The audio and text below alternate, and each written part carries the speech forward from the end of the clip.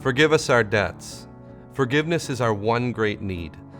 There was once a man who owed a king billions of dollars. Don't stop me if you've heard this one. It's worth hearing again.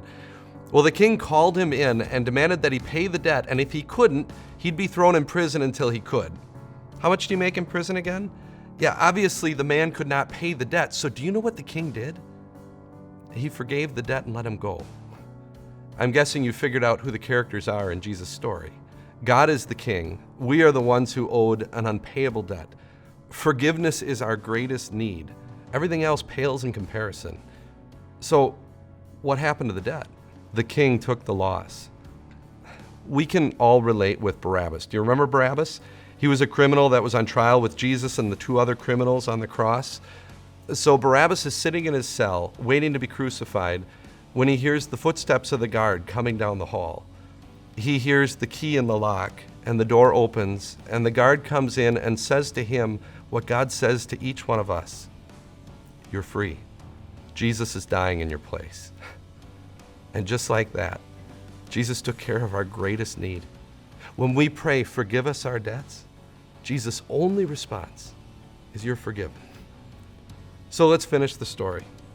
This man, who like us owed an unpayable debt, he went out and he found someone who owed him far less, and he began to choke that person.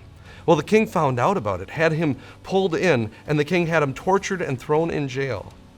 And then Jesus speaks those haunting words: "This is how your Father in heaven will treat each of you unless you forgive your brother from your heart." Have you ever held on to the debt of sin that someone owes you, refusing to let go? Please don't misunderstand Jesus here. He's not making your forgiveness conditioned on how well you forgive others. He's just simply making the point: forgiven people forgive. That's just what they do. Do you struggle to forgive someone? Maybe you live with them. Maybe you go to school with them. Maybe you go to work with them. Please understand, there's a huge difference between struggling to forgive and refusing to forgive. Maybe you're having a hard time wrapping your heart around what your head already knows. This prayer is a prayer for strength to do just that.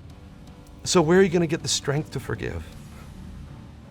Think of how you feel when you imagine yourself standing before God and hearing him say, you're free. Jesus is dying in your place. Now remember that the person who owes you that debt is standing right next to you. May that give you the strength to turn to them and say, you're free.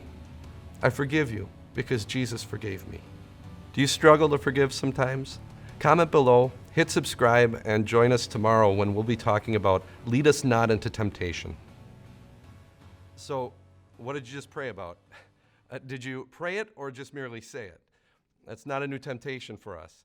There was a monk in the Middle Ages, his name was